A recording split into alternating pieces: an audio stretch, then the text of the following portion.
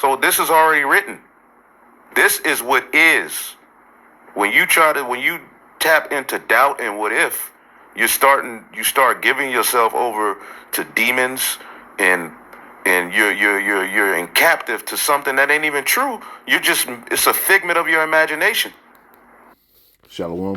First off, I want to start off by saying all praise, honor, and glory is due unto Yahweh by Hashem Yahushai by Hashem Rakakadash.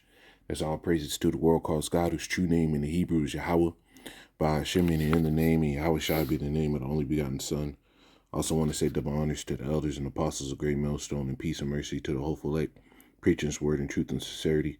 On the brother Tazabah, Lord will, with another video to edify, and wanted to make a response to the elder Yashawamba's video, because he said something that I put in my line a while ago, right?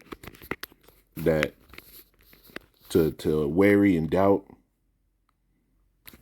actually does produce a fucking demon on you, right? This is why when the children of Israel were supposed to go to war, what did the men do that went out to spy the country, right? Or were ready to go up to war? They came back and said, hey, man, these niggas is big. Hey, they strong, right? Showing their doubt. But our mindset is not supposed to be in fear and in doubt. Our mindset is supposed to be in faith, right? So that's what I want to touch on. Because with this, right, Esau getting ready to clamp down. We at the end of 2023, moving into 2024, and shit, right? Like the scriptures say, those birth pains, those contractions of prophecy are coming closer together until what? The time of the birth is coming, right? When all hell's going to break loose, and we see these things coming. And, for brothers that ain't been around for a while, even brothers that have been around for a while, these things start weighing on your mind, right? You start worrying too much and concerning yourself in certain things that you don't have any control over. Well, messages like this have to be preached in order to get your mind out of that state, to be able to be ready to swing your sword in the spirit when needed, man. So I want to get some precepts, Lord, will this be edifying. Matthew 6. Make sure that's in there.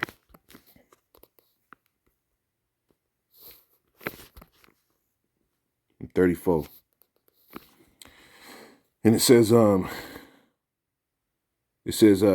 take therefore no thought for the morrow, right? To sit here and have your mind occupied with things that you ain't even have to deal with, that you don't know if that's going to be a lot. None of us know what our lot's going to be. All we know is whatever lot that the Lord puts on us, may he give us the spirit to bear it, right? It says, for the morrow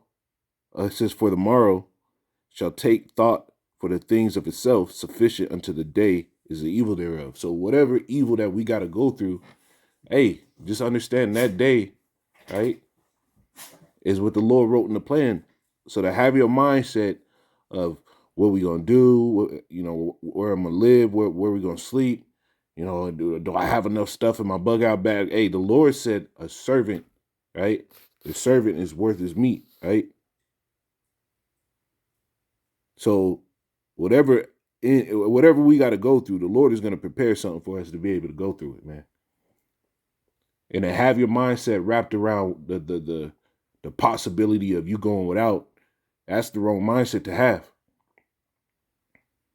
To have your mindset of the possibility, well, to go without, you got to be willing to go without, but to have your mindset on I'm gonna take this huge L and everything like that. Nah, I'm chucking up as part of the game. We sitting there fighting for an uncorruptible crown. There's many things you got to go through to get that uncorruptible crown. So to have a mindset that, oh wow, what I'm gonna do, you losing sight of what you're supposed to do. You're losing sight of what the Lord said we will go through. And the understanding that, hey, this is what the Lord's plan was. So you're not supposed to have a spirit of fear in these days, man. Wisdom of Solomon 17.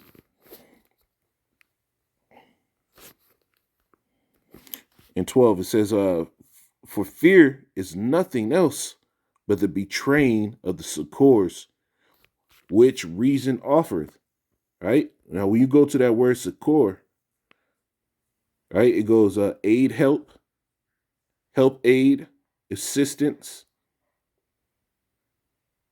It says run to help, hasten to the aid of.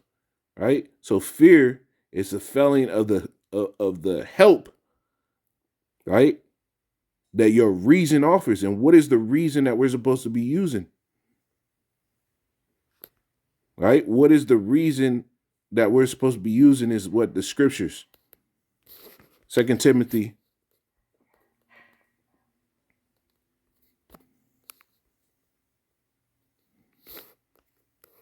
1:7. It says, for the Most High had not given us the spirit of fear, but of power and of love and of a sound mind. You see, the Lord didn't give us the spirit of fear. So when that fear comes in, it's because you're failing in your reasoning. It's because you're not applying the scriptures. And you're applying the flesh too much. So to get over that fear, you got to apply the scriptures. That is the difference between a man ready for battle and a man that's being afraid of the battle.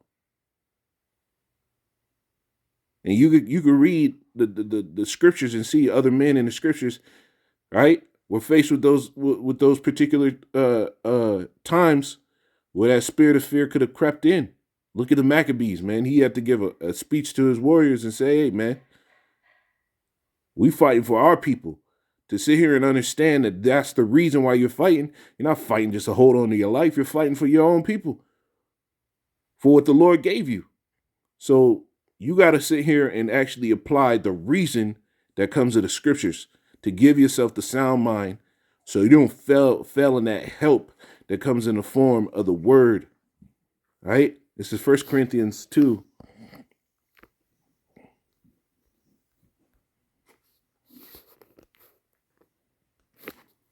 First Corinthians 2:16, it says, who had made Salakia, for who had known the mind of the Lord, Yahweh Shai, that he may instruct him, but we have the mind of a Mashiach. You see, you've been given the mind of the Lord. So when Yahweh Shai was faced with his time of tribulation, what did he do? He prayed to the Lord, asked, hey, if this can be removed from me, only let thy will be done. So what was his mind? To have the will of the Lord done. That was his reasoning. That in that same moment when he was sweating blood in the Garden of Gethsemane, he came to the conclusion that, hey, the fact that the Lord didn't answer isn't because the Lord ain't dealing, but it's just because the Lord wanted this to happen. That this is the will of the Lord. That's giving the mind of a Mashiach to understand that these things are written, and hey, whatever the Lord wrote down in your story, Lord willing, it's in whatever favor that you want. But even if it isn't, at the end of the day, we're the Lord's, right? This is Sirach 41, Ecclesiasticus 41. And 3, it says, fear not the sentence of death. Remember them that have been before thee and that come after. For this is the sentence of the Lord over all flesh. See, in that day, whether or not it be put in a concentration camp, right? Esau trying to take you on joyrides, lock you up, right? The guillotines, right? Being under the persecution of death of all these people out here. Because remember, the scriptures tell you that there's going to be a day coming where it says they that slay thee think they do it the Most High service. But understanding in those moments that these are the things that the Lord wrote, hey, it's the Lord's will. If that come upon us, hey, the Lord can raise you from the dead. The Lord can give you the power in that moment. There's many things written in scriptures that can go a different way when that persecution comes to you, but you got to have the mind to let that reason comfort you in those moments. Right? It says, and why art thou against the pleasure of the Most High? Right? There is no inquisition in the grave, whether thou had lived 10 or 100 or 1,000 years. You see? Don't be against the pleasure of the Lord. In these times, there's many things written and hardships that we're going to have to go through, but don't be against the pleasure of the Lord. You don't know what the Lord's full pleasure is until it brings forth. Hebrews 2 and 10.